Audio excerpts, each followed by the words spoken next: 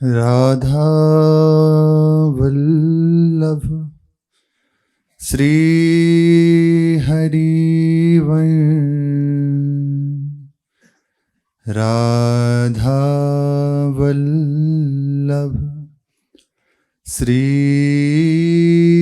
हरिवंश।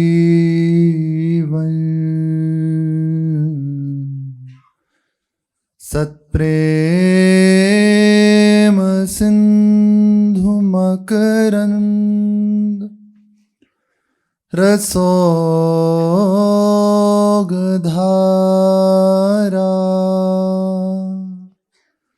सारानजस्रमभितः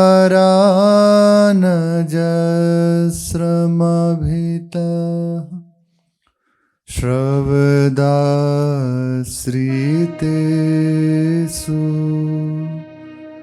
श्रीराधिके तव कदाचरणारविन्दम्।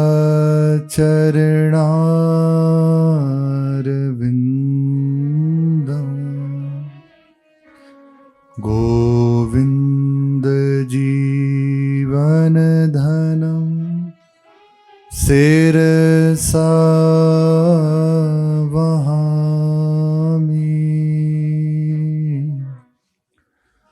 गोविन्द जीवनधनं शिरसा वहामि।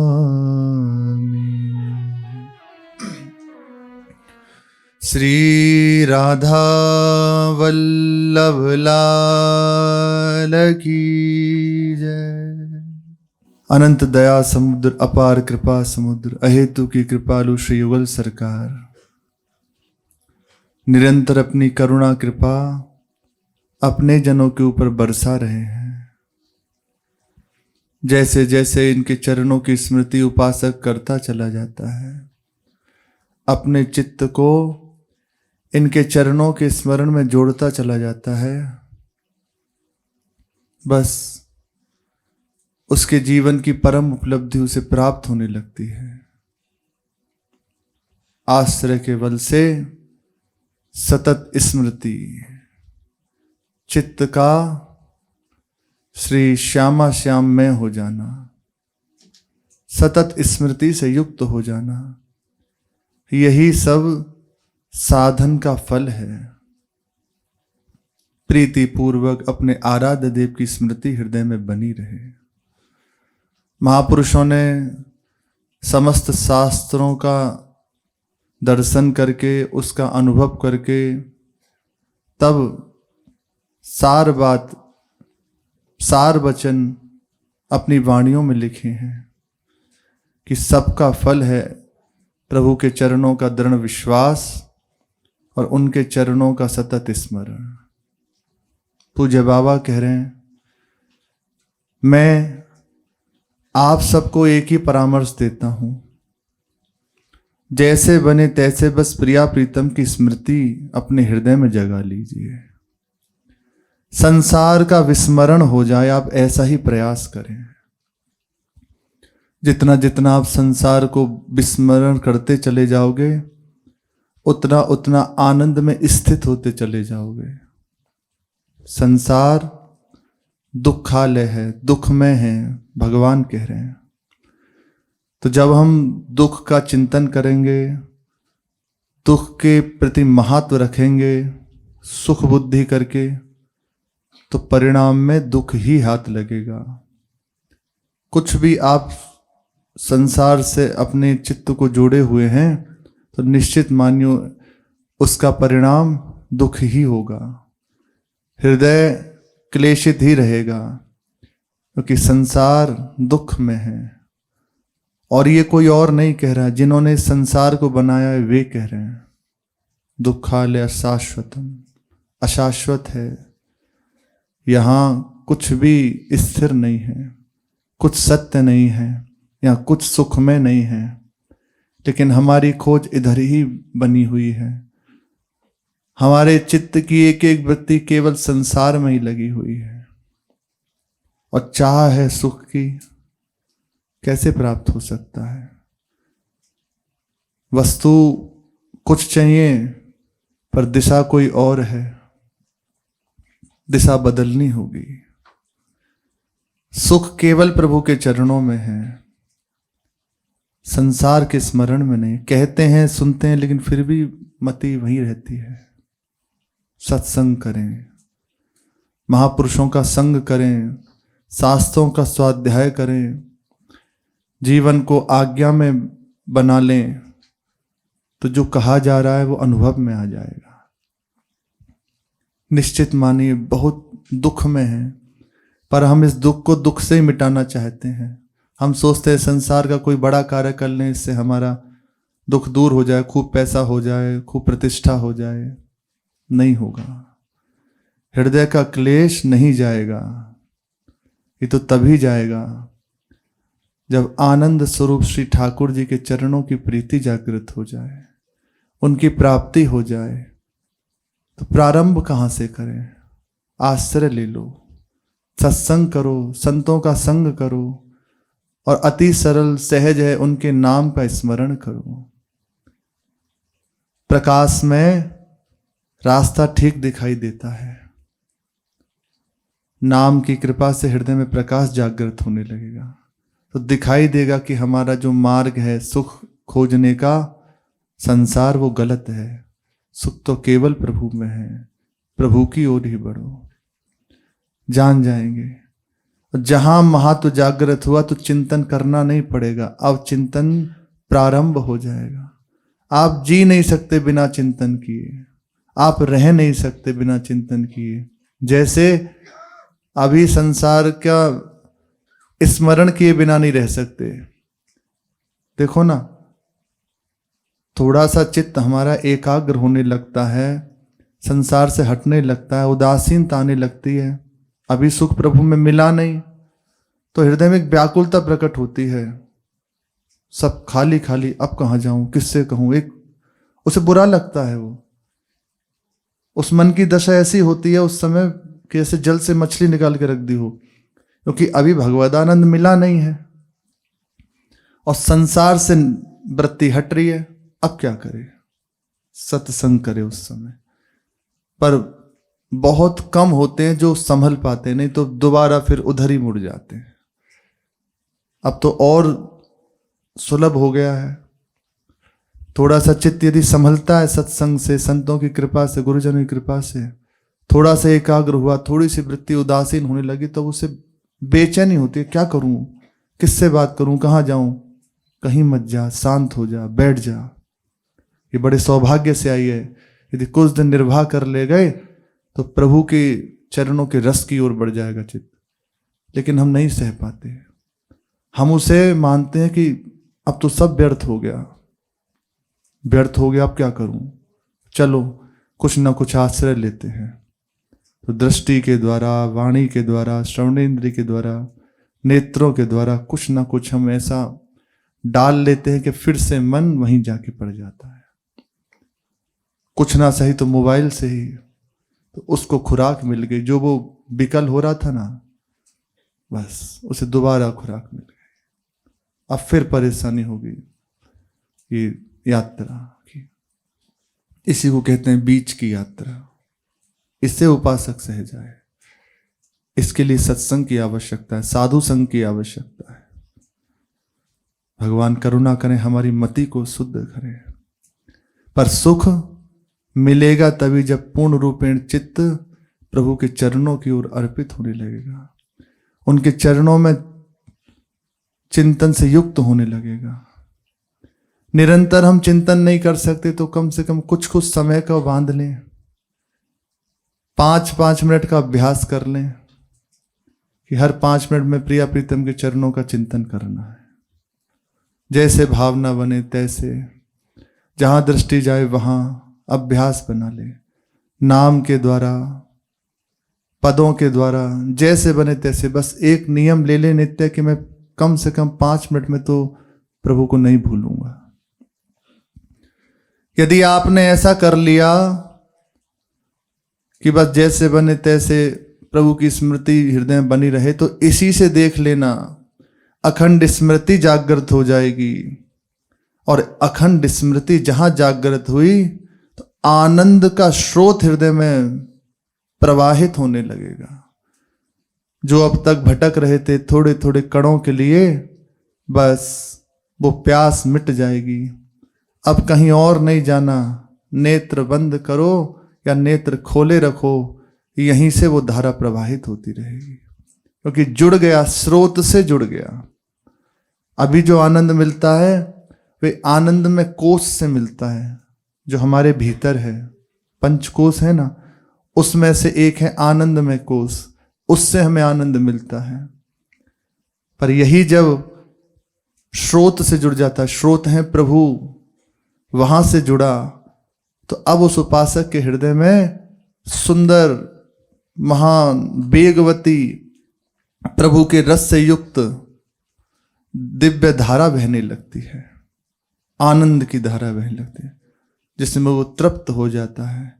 और इसी धारा में प्रवाहित होकर, इसी का आस्वादन करके, इसी में आनंदित होते हुए वो हृदय से कह उठता है, अब कछुनाथ न चाहिए मोरे, दीन दयाल अनुग्रह तोरे।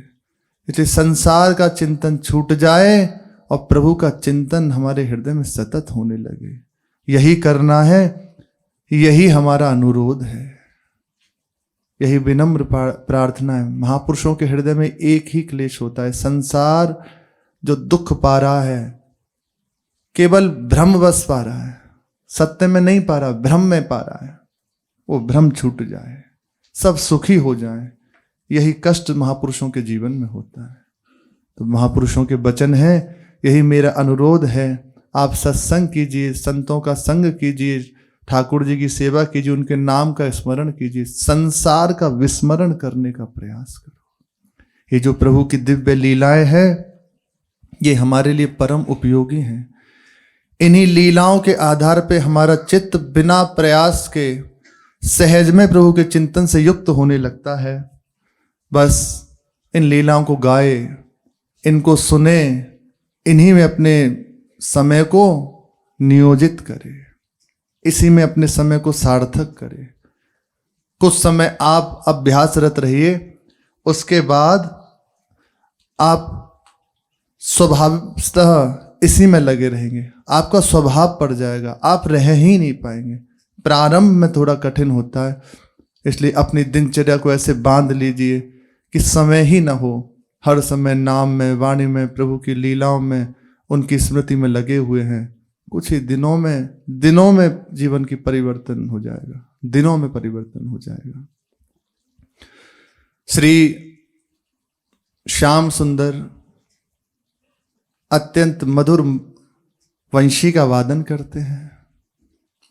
अपने निज पार्षद सखाओं के साथ अपने गृह से निकले और बरसाने के पास ही प्रेम सरोवर, संकेत वट आदि, पीरी पोखर आदि यहाँ जाके श्री जी की स्मृति से युक्त होकर, श्री जी का स्मरण करते हुए, उन्हीं के गुणगान से युक्त होकर बांसुरी का वादन करने लगे, वंशी का वादन करने लगे। एक तार ध्यान में स्थित है, बाहर की विस्मृति हो रही है, इतने तन्मय हैं श्री जी के स्मरण में। और वंशी में श्री किशोरी जी के रूप का, लीलाओं का गुणगान कर रहे हैं। इधर तो श्याम सुंदर श्री जी के स्मरण से युक्त है, और दूसरी ओर श्री किशोरी जी अपने महल में, बाबा का भवन है, विशाल भवन है, वहां हंसों को, मोरों को चुगा रहे हैं, बहुत दुलार कर रहे हैं। अरे ये मोर, ये हंस, ये पक्षी कोई और नहीं है, बड़े बड़े अमलात्मा, बिमलात्मा महापुरुष हैं जो यहाँ ये सुख लेने के लिए आए हैं। कोई पक्षी बना है, कोई कुछ बना है, कोई लता बनी है, ये साधारण नहीं है, ये सब दिव्य हैं। एक स्थान है, यद्यपि यहाँ कहीं चले जाओ वो सब दिव्य ही हैं, सब दिव्य लताएं हैं। दल्लान बाग कहते हैं। तो यहाँ एक ब्रज के संत हुए श्री हरिराम बाबा, उनका नियम था, वे स्थान में नहीं जाते थे नित्य क्रिया आदि के लिए, बस वहां से चल देते सुबह सुबह और बाहर परिक्रमा से बाहर ऐसे जाके फिर अपनी नित्य क्रिया करते। सुबह सुबह उनको भ्रमण का अभ्यास था, लगता था प्रभु के ये धाम है, यहाँ नहीं, आगे निकल जाते। तो दल्लान बाग के पास पहुंचे, विचार हो गया चलो यहीं कहीं अपनी नित्य क्रिया कर लेते हैं। तो लता के समीप जो ही पहुंचे, विचार ही कर रहे थे, उसी समय आवाज आई कि बाबा यहां आप इस स्थान को अपवित्र ना करो। बाबा ने देखा कि आवाज कहां से आई, कौन बोल रहा है। फिर विचार किया कि हो सकता है हमारा भ्रम हो।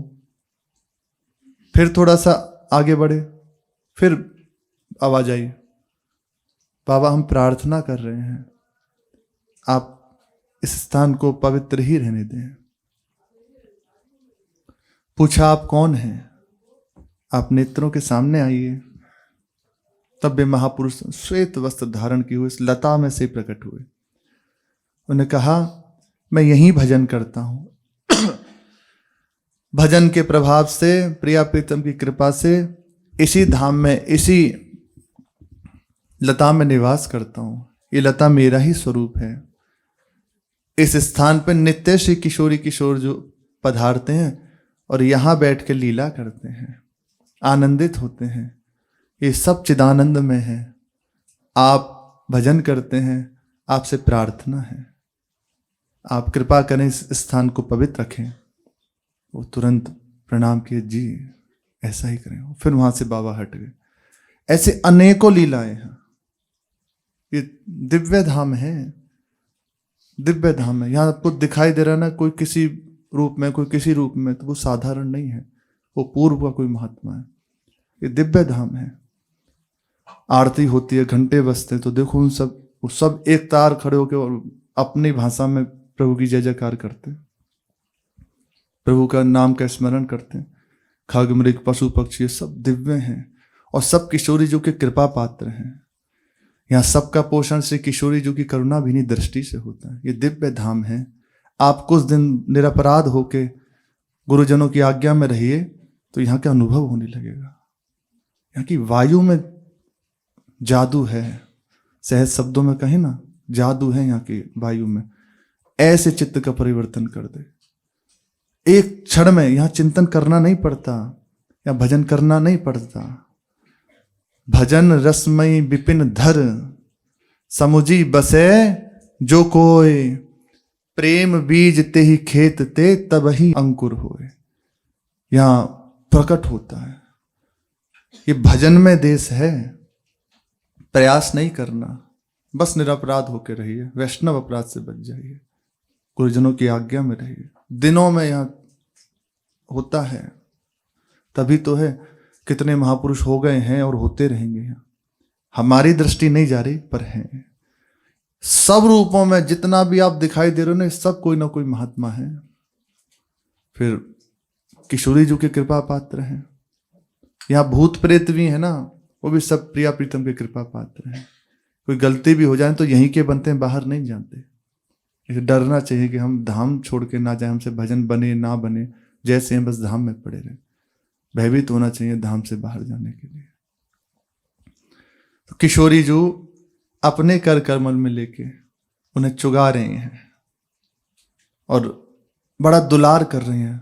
चारों ओर से मोर हैं, हंस हैं, घेरे हुए हैं। एक टक बस नेत्रों से अश्रु प्रवाह हो रहा है उन सब पक्षियों का, श्री जी को देख के।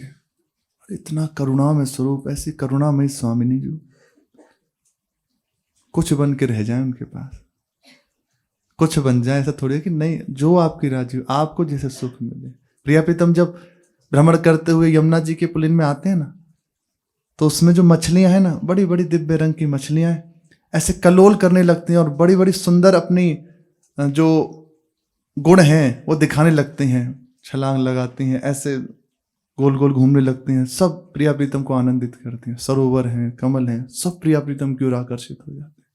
ये सब महापुरुष हैं, सब रूपों में सखियां हैं। उसी समय वंशी धुनि कान में पड़ी, हंसे मोती चुगावत प्यारी, पुचकारत कर कमल फेर के, भूख लगी तो ही भारी। बार बार पास बुलाते हैं ऐसे इशारा देके, और कर कमल में लेके उसको पवा रहे हैं, उसके शीश पे ऐसे दुलार कर रहे हैं। कहते हैं तुझे बहुत भूख लगी होगी ना, ले पा ले। ये हम सब के लिए, ऐसा नहीं कि उसी को दुलार कर रहे हैं, हम उन्हें नहीं देख पा रहे, हमारे नेत्रों के आगे पर्दा है, लेकिन नित्य प्रिया प्रीतम हमें देखते हैं। एक समय यदि ना पाए तो प्रिया प्रीतम को हृदय में विकलता होती है कि ये हमारा है और भूखा है। जो लोग सोचते हैं भूख खान पान छोड़ देते हैं प्रिया प्रीतम मिल जाएंगे, नहीं, उनको कष्ट होगा।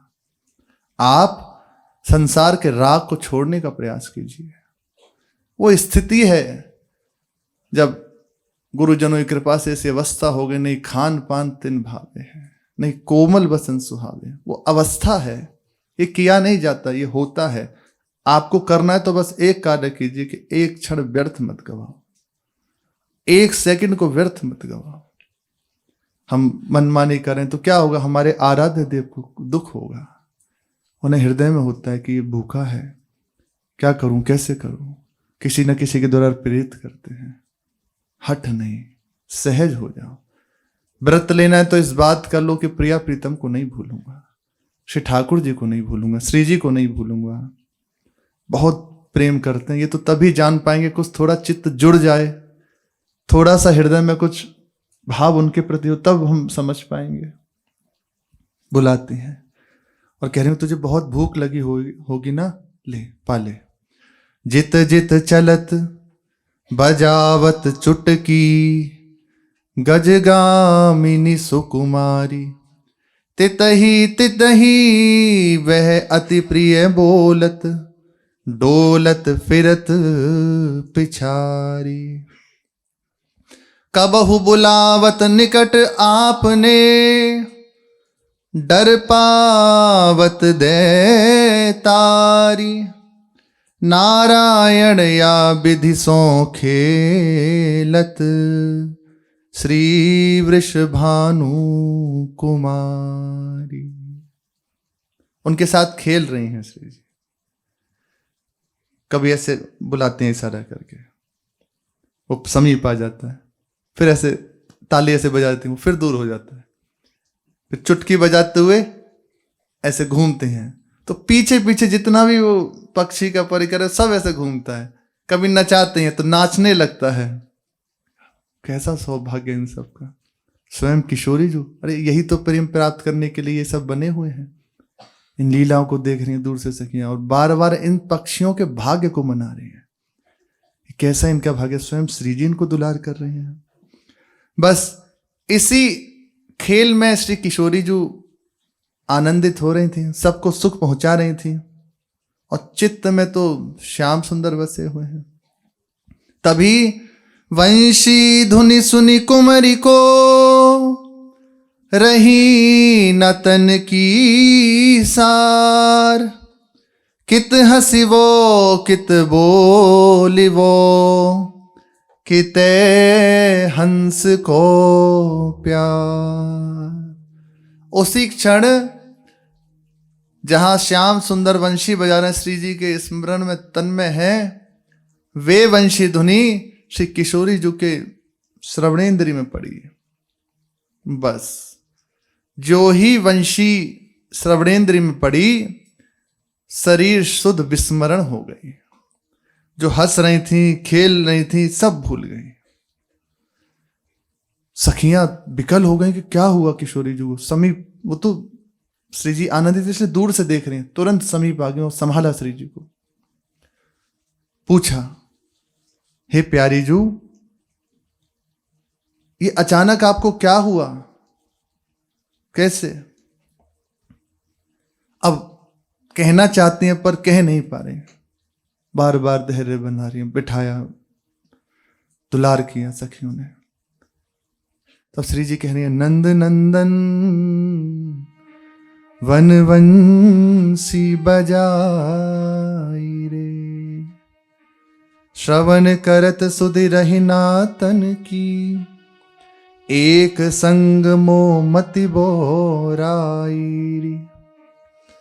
नैन चकोर चहत निरखन को, सरद चंद मुख कुंवर कन्हाई री, नारायण नहीं भवन सुहावत, कहा करूं अब एरी मायरी।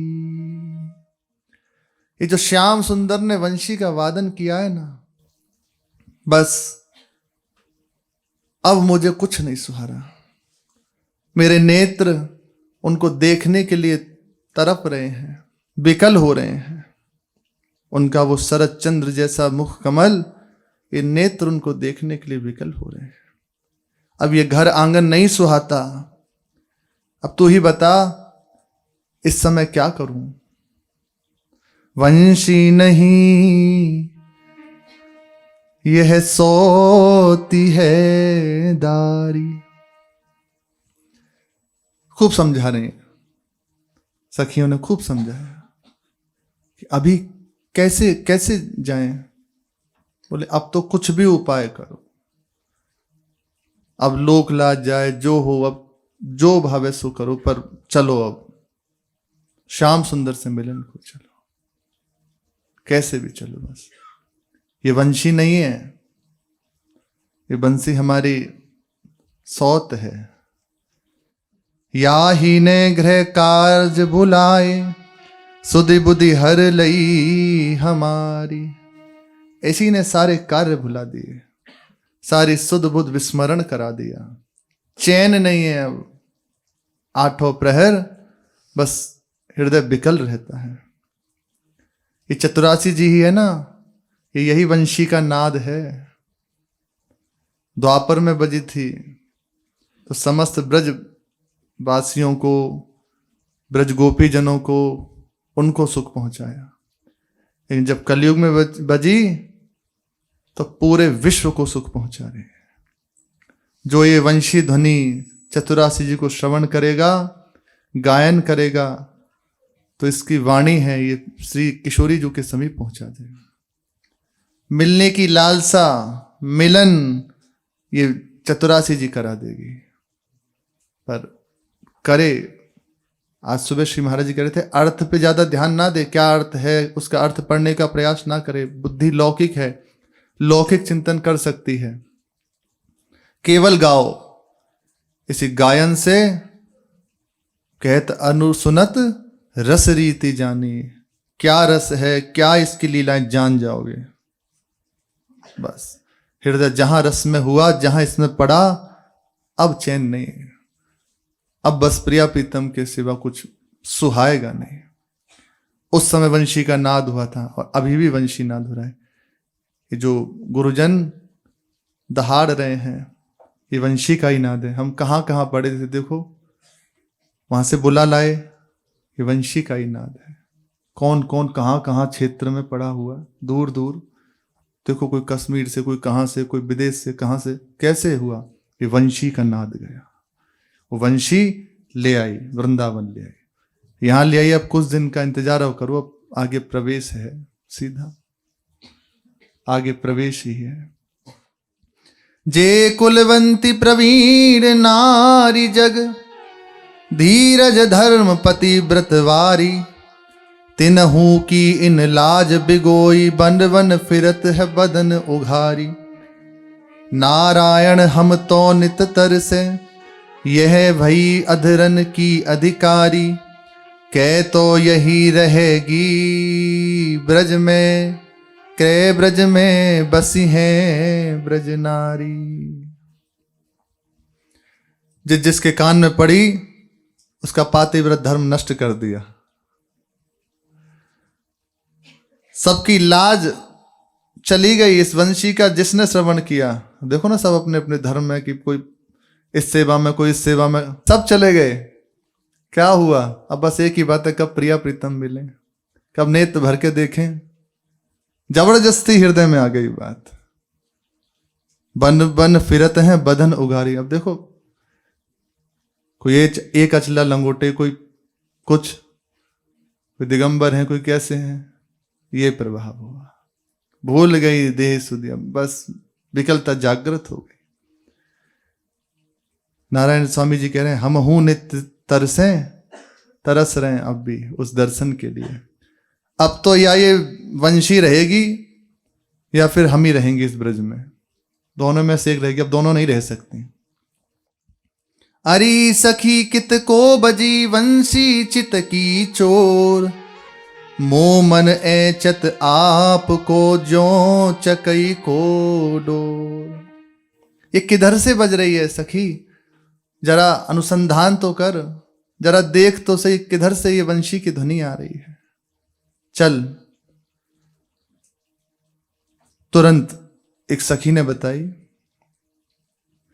कि मैं आई लखीलाल को इकले धीर समीर, कदम तरे ठाड़े होते सुंदर श्याम शरीर। अब रूप का और वर्णन कर दिया और हृदय विकल हो गया।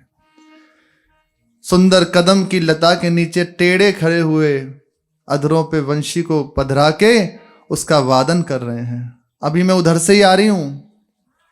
अब जो ही रूप का वर्णन सुना, बस वैसे ही विकलता थी कि चलो मिलने के लिए। कुछ सखियां समझा रही, अब और विकल हो गई। चलो अब नहीं चैन।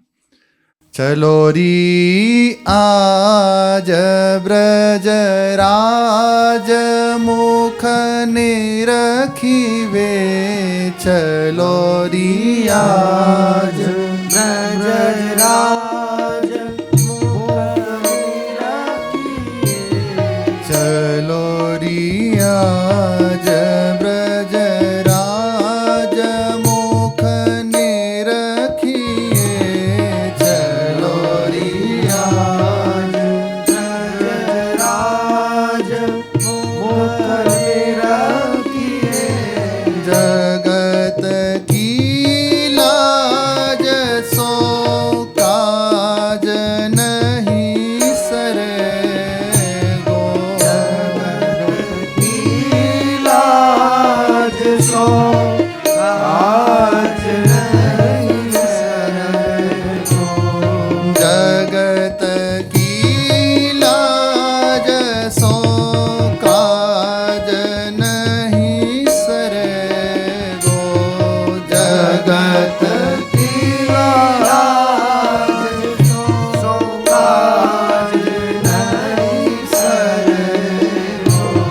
बहुत कोई कहे गो श्याम के ढेंग गई, बहुत कोई कहे गो श्याम के ढेंग गई, या होते अधिक पुनि और कहाँ कहे गो, या होते अधिक पुनि और कहाँ कहे गो। चलो री आज ब्रज राज मुख निरखिवे, चलो री आज ब्रज राज मुख निरखिवे। चलो आज ब्रजराज के मुख कमल का दर्शन कर लें।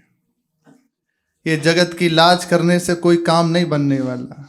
काम तो नंद नंदन का, श्री श्याम सुंदर का दर्शन करने से बनेगा। और सही बात है, अमुक नाराज हो जाएंगे, अमुक रीझ जाएंगे, छोड़ो।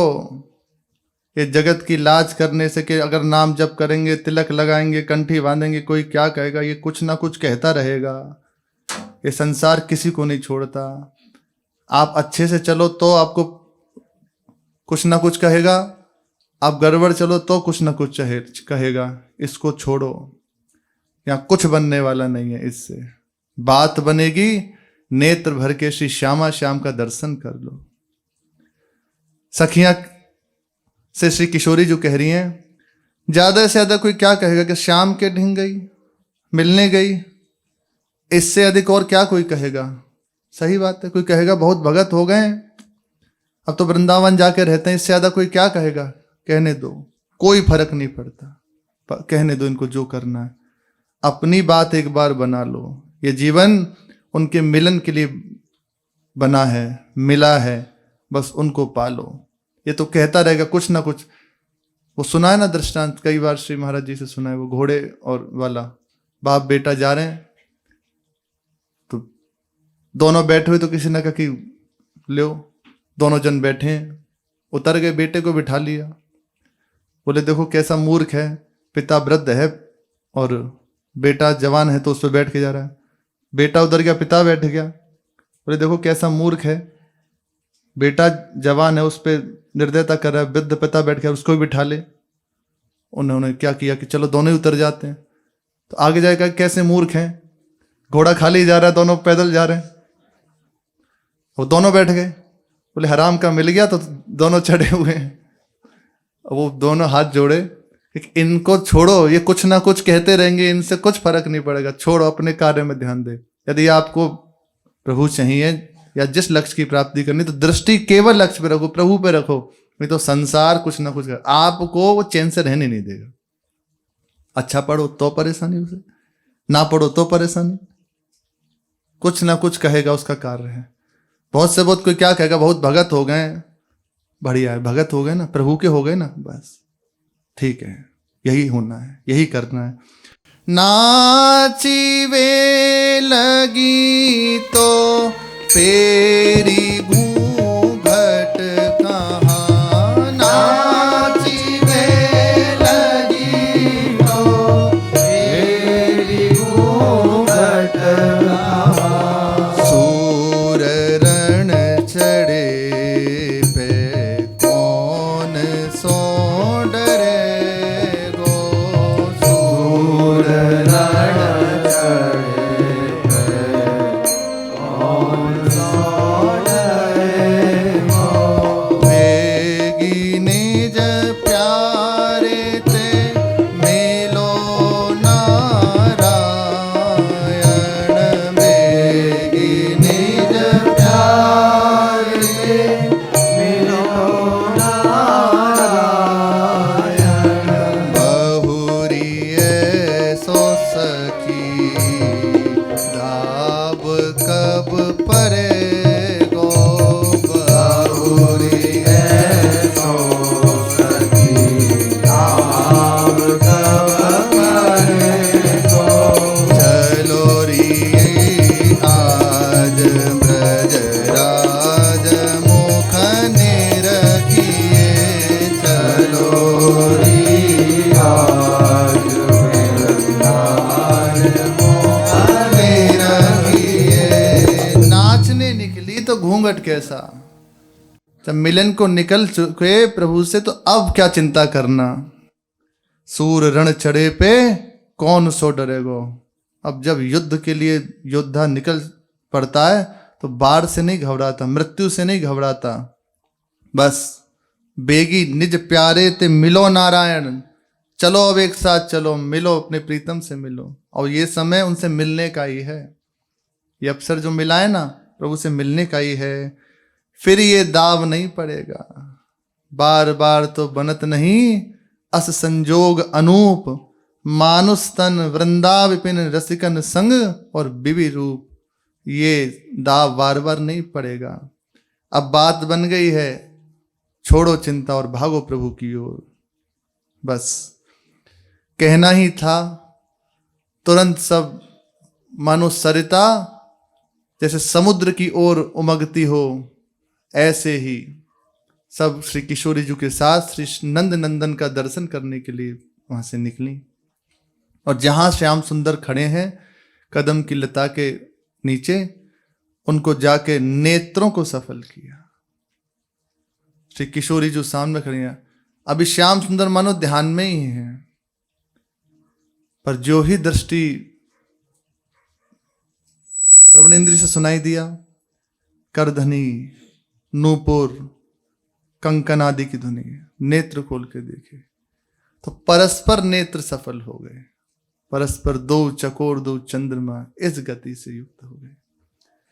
सखी कह रही है, निज प्रीतम की तू छवि निहार। देख देख कैसी सुंदर शोभा है। श्याम वरण लखी लजत नीलमणि,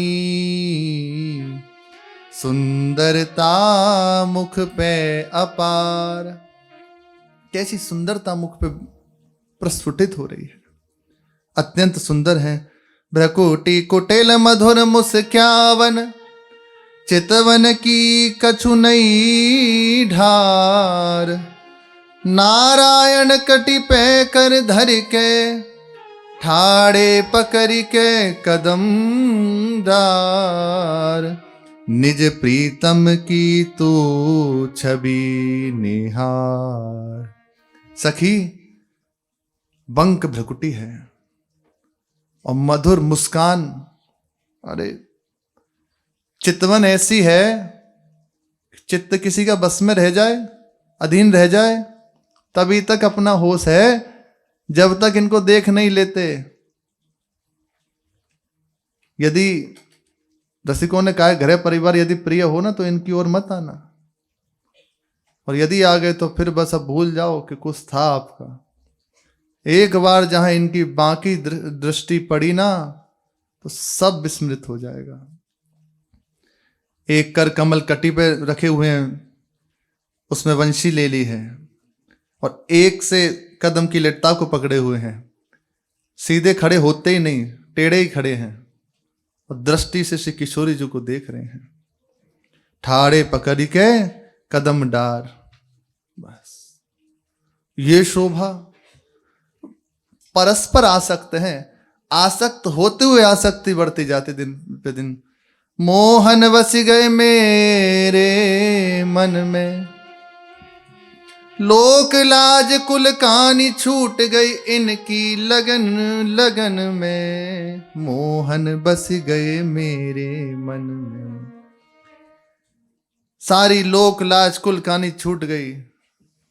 फिर से कह रहे हैं, यदि अच्छा लगता हो ना तो ज्यादा ये चर्चा मत सुनना, नहीं तो किसी मतलब के नहीं रह जाएंगे।